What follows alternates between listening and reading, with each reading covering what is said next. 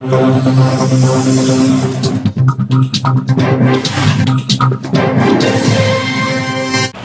जनता party वरिष्ठ नेता तथा राजनीति के चाणक्य कुशल रणनीतिकार केंद्रीय गृह मंत्री अमित शाह का कल कटनी जिले की विजयराघवगढ़ विधानसभा के बरही में आगमन हो रहा है। दोपहर 12:30 बजे अमित शाह विजयनाथ धाम ग्राउंड में भाजपा सांसद प्रत्याशी भाजपा प्रदेश अध्यक्ष विष्णु दत्त शर्मा के पक्ष में विशाल जनसभा को संबोधित करेंगे। विजयराघवगढ़ विधायक संजय सत्येंद्र पाठक ने बताया कि हमारा सौभाग्य है कि देश के यशस्वी गृह मंत्री का बरही की पावन धरा पर आगमन हो रहा है। अमित शाह के देश के लिए गए फैसलों ने देश की तकदीर और तस्वीर बदल दी है। ऐसे कुशल नेतृत्व के विचारों को सुनने कटनी जिले के साथ साथ समीपवर्ती सतना तथा शहडोल लोकसभा क्षेत्र की जनता जनार्दन भी उत्सुक है। कल 1 लाख लोगों के सभा में शामिल होने का अनुमान है। अमित शाह के हेलीपैड से सभा स्थल तक पुष्प वर्षा करते हुए भव्य स्वागत के लिए विशेष तैयारियां की गई है।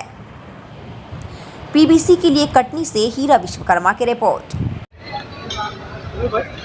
कि हम सबके लिए बड़े सौभाग्य की बात है कि हमारे खजुराहो लोकसभा क्षेत्र के विजयराघवगढ़ विधानसभा क्षेत्र में बरही नगर में आदरणीय भारत के गृह मंत्री अमित शाह जी का आगमन होने जा रहा है। ये वही अमित शाह जी हैं जिन्होंने धारा 370 को अलग करके कश्मीर को भारत का अभिन्न अंग बनाया। एक झंडा, एक डंडा, एक संविधान, ये जो पिछले 75 साल में असंभव था उसको संभव करके दिखाया। आदरणीय अमित शाह जी के नेतृत्व में जहां भारत एक तरह से पूरी तरीके से सुरक्षित हुआ है, वहीं भारत के अंदरूनी भाग भी सुरक्षित हुआ है। माओवादियों की समस्या समाप्त हुई है, नक्सलाइट की समस्या समाप्त हुई है और भारतवर्ष के अंदर आतंकवाद भी लगभग पूरी तरह समापन की ओर आज की तारीख में है।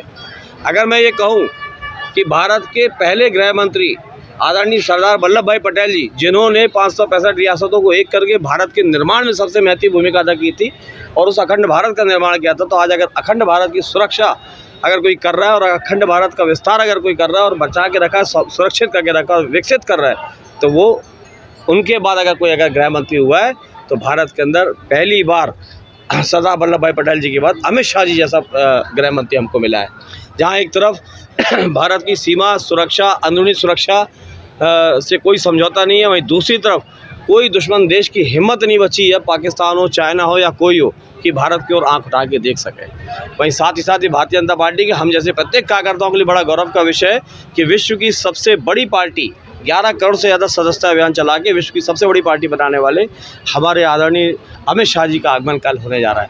तो ये बड़े सौभाग्य की बात है कि जहाँ नरेंद्र मोदी जी के नेतृत्व में भारत पूरे विश्व में अपना नाम कमा रहा है और भारत का अंदरूनी भाग की अगर बात करें तो गांव में अंतिम पंक्ति में बैठे व्यक्ति का भी उत्थान हो रहा है और चंद्रमा में भी झंडा हम फहरा रहे हैं। तो ये बहुत बड़ी बात है कि धरती से लेकर आसमान और आसमान से लेकर अंतरिक्ष तक सब तरफ विस्तार, विकास हो रहा है और यही कारण है कि आज भारत समृद्धि की शिखर पर पहुंच रहा है। ऐसे नरेंद्र मोदी जी के विश्वस्त सहयोगी अगर ये कहें कि एक सिक्के के 2 पहलू हैं, आदरणीय नरेंद्र मोदी जी और अमित शाह जी, तो कोई अतिशयोक्ति नहीं होगी। तो आज हम लोगों के लिए बहुत उत्साह और गर्व का विषय है कि हमें उनका स्वागत करने का, उनका प्रोग्राम कराने का और ऑर्गेनाइज करने का अवसर मिला। भारतीय जनता पार्टी का प्रत्येक कार्यकर्ता बहुत उत्साहित है और कल उनके आने की प्रतीक्षा में। भैया, बरही नगर परिषद 3 लोकसभा से घिरा हुआ है, यहाँ लगभग कितने लोग पहुँचेंगे और इसका कितना असर है? बरही स्थान आदरणीय अमित शाह जी के लिए इसलिए चुना गया है क्योंकि बरही जो नगर है ये खजुराहो लोकसभा क्षेत्र का अंतिम कोना भी है और यहाँ से खजुराहो नगर लोकसभा प्रारंभ होती है। वहीं दूसरी तरफ ये शहडोल लोकसभा से भी जुड़ा हुआ एरिया। शहडोल लोकसभा की 3 विधानसभा, एक 4 किलोमीटर पे लगती है मानपुर विधानसभा, 18 किलोमीटर पे लगती है उमरिया विधानसभा और 13 किलोमीटर पे लगती है बड़वारा। ये तीनों विधानसभा शहडोल लोकसभा में आती हैं। तो शहडोल लोकसभा भी है, साथ ही साथ सतना लोकसभा का मैहर विधानसभा यहाँ से 11 किलोमीटर जोड़ा हुआ है। तो 3 विधानसभा क्षेत्रों की मध्य की धुरी ये सेंटर पॉइंट है, इसलिए बरही को चुना गया। और जिस प्रकार से लोगों का उत्साह है और जिस प्रकार से सूचनाएं आ रही हैं, जिस प्रकार से लोगों ने साधन संसाधन अपने लिखाए कि जो अपने स्वयं के साधन लेकर आ रहे हैं, अगर उसकी हम गणना करते हैं तो 1,60,000 से ज़्यादा लोग तो अपने संसाधनों से आ ही रहे हैं, लेकिन मुझे इससे ज़्यादा लोगों के आने की कल उम्मीद है। अमित शाह जी का पहला दौरा है और कटनी ही आ रहे हैं, उसका कितना असर रहेगा? देखिए, अमित शाह जी का तो असर अपने आप होता है। अमित शाह जी के तो नाम का असर इतना है और अमित शाह जी का, भारतीय जनता पार्टी का, आदरणीय नरेंद्र मोदी जी का इतना प्रभाव है कि हमारी खजुराहो लोकसभा से कांग्रेस पहले ही भाग खड़ी हुई। कांग्रेस को कोई लड़ने वाला प्रत्याशी नहीं मिला। जब कोई प्रत्याशी कांग्रेस को नहीं मिला तो कांग्रेस ने इंडिया अलायंस के लिए छोड़ दिया, समाजवादी को दिया। समाजवादी पार्टी ने डॉक्टर मनोज यादव को टिकट दिया। डॉक्टर मनोज यादव ने 2-3 दिन घूम के देखा कि जमानत भी बचने की उम्मीद नहीं दिख रही, तो वो टिकट छोड़ दिए, वापस कर दिए। तो अखिलेश यादव जी ने अपने सबसे घनिष्ठ विश्वस्त सहयोगी जो उनके परिवार से जुड़े हुए व्यक्ति है, उनकी धर्मपत्नी को टिकट दिया। उनकी धर्मपत्नी 3 दिन घूमी, उनने देखा कि यहाँ जमानत बचाना तो छोड़ो, बड़ी शर्मनाक हार होने जा रही है। तो उन्होंने भी पूरे साजिश के तहत जानबूझ के अपना फॉर्म में ऐसी त्रुटि की, जो त्रुटि एक ग्राम पंचायत का फॉर्म भरने वाले सरपंच और सचिव नहीं करते। 2 जगह उन्होंने जानबूझ के हस्ताक्षर नहीं किए। और आप देखें, हजारों लाखों तादाद में देश में पंच सरपंच के चुनाव होते हैं, लेकिन पंच सरपंच भी जब फॉर्म भरता है तो मतदाता सूची की सर्टिफाइड कॉपी लगाता है। इन्होंने जानबूझ के सर्टिफाइड कॉपी नहीं लगाई ताकि शर्मनाक हार से वो बच सके। तो आज यहाँ पर विपक्ष के नाम पर कोई नहीं बचा। फिर इंडिया अलायंस ने ये तय किया कि फॉरवर्ड ब्लॉक के एक प्रत्याशी जो लड़ रहे हैं यहाँ पे चुनाव, उनको अपना प्रत्याशी घोषित कर दिया है। तो लड़ लें चुनाव।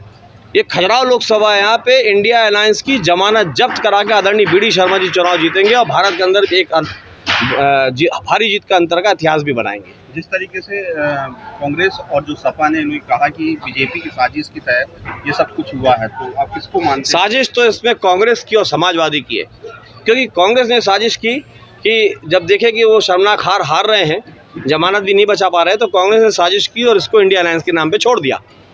और इंडिया अलायंस के नाम पे भी समाजवादी को छोड़ा। समाजवादी पार्टी समझ गई कि कांग्रेस ने बलि का बकरा बनाने के लिए समाजवादी पार्टी को चुना है, तो उन्होंने भी इसमें अपना फॉर्म में त्रुटि करके वो भी भाग खड़े हुए। साजिश इन दोनों की है ताकि इनकी शर्मनाक हार से बच सके।